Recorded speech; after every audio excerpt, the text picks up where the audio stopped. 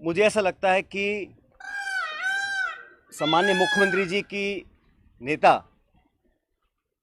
आदरणीय श्रीमती सोनिया गांधी जी नहीं हैं, बल्कि उनकी नेता वसुंधरा राजे सिंधिया जी हैं। उनकी नेता सोनिया गांधी जी नहीं हैं, बल्कि उनकी नेता वसुंधरा राजे सिंधिया जी हैं। और एक तरफ ये कहा जा रहा है कि हमारी सरकार को गिराने का काम भाजपा कर रही थी, दूसरी तरफ कहा जाता है कि सरकार को बचाने का काम वसुंधरा जी कर रही थी। तो ये जो विरोधाभास है, इसको समझाना चाहिए। आप कहना क्या चाह रहे हैं, ये स्पष्ट कर देना चाहिए। आप सबको मालूम है, सरकार बनने के बाद मैं प्रदेश का उप मुख्यमंत्री था, प्रदेश अध्यक्ष था, और 2020 में देशद्रोह, राष्ट्रद्रोह के मुकदमे में मेरे पर कार्रवाई करने की कोशिश की गई थी। अनेक ऐसे प्रकरण हुए और हम सब लोग, और मैं स्पष्ट करना चाहता हूं कि मैं और हमारे कुछ साथी सरकार में नेतृत्व परिवर्तन चाहते थे। अपनी बात को लेकर हम दिल्ली भी गए और अपनी बातों को रखा। उसके बाद अखिल भारतीय कांग्रेस कमेटी ने लगातार चर्चाएं हुई और आज वो दुनिया में नहीं है, स्वर्गीय अहमद पटेल साहब, लेकिन उनके माध्यम से सब नेताओं से मुलाकात हुई और एक कमेटी का गठन हुआ, एआईसीसी ने किया। उसमें माखन साहब, वेणुगोपाल जी और अहमद पटेल जी सदस्य थे और उस कमेटी का एक काम था। और कमेटी जब गठन हुआ, उस समय हम सब की बात सुनकर हमारी बातों को एक्सेप्ट किया गया और एक रोड मैप तैयार किया गया।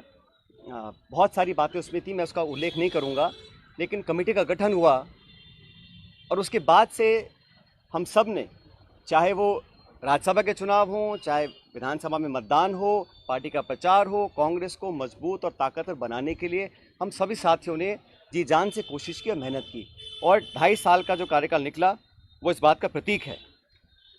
अनुशासन तोड़ने का काम कभी भी किसी ने नहीं किया। मुझे बहुत कुछ कहा गया, कोरोना, गद्दार, निकम्मा आदि, और जो ये आरोप परसों लगाए गए, ये 2.5 साल से मैं आरोप सुन रहा था। लेकिन हम अपनी पार्टी को और सरकार की छवि को नुकसान नहीं पहुंचाना चाहते थे। इसीलिए मुझे लगा कि जो प्रकार का भाषण दिया गया, मैंने पहली बार देखा कि अपनी सरकार को, अपने ही विधायकों को, अपने नेताओं को बेइज्जत और बदनाम करने का काम हो रहा है। कांग्रेस के विधायकों को तो बदनाम करने का काम हो रहा है और भाजपा के नेताओं का गुणगान हो रहा है। ये समझ से परे है। इस प्रकार का जो काम हुआ वो बड़ा गलत है। और हम सब लोग जो दिल्ली में गए थे अपनी बात को रखने के लिए, किन लोगों पर आरोप लगाए जा रहे हैं? ऐसे लोग जो पब्लिक लाइफ में 30, 40, 45 साल से हैं। 3 दिन पहले मैं बाड़मेर में था। सम्मानीय हेमाराम जी 1980 से विधायक हैं।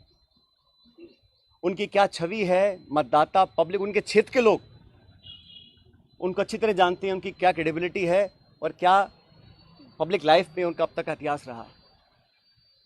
ओला साहब, जिनके स्वर्गीय पिताजी 1957 से चुनाव लड़ रहे हैं, बड़े बड़े पदों पर रहे, और हेमाराम जी ने तो अपने नौजवान बेटे की मौत में और याद में एक छात्रावास बनाया है। 100 करोड़ की ज़मीन तो उनकी बाड़मेर में, निजी ज़मीन को उन्होंने दान किया समाज के लिए, लोगों के लिए। पैसा इकट्ठा कर 22 करोड़ का एक हॉस्टल बनाया 150 बच्चों के लिए, गरीब बच्चों के पढ़ने के लिए। इन सब लोगों पर इस प्रकार के आरोप लगा देना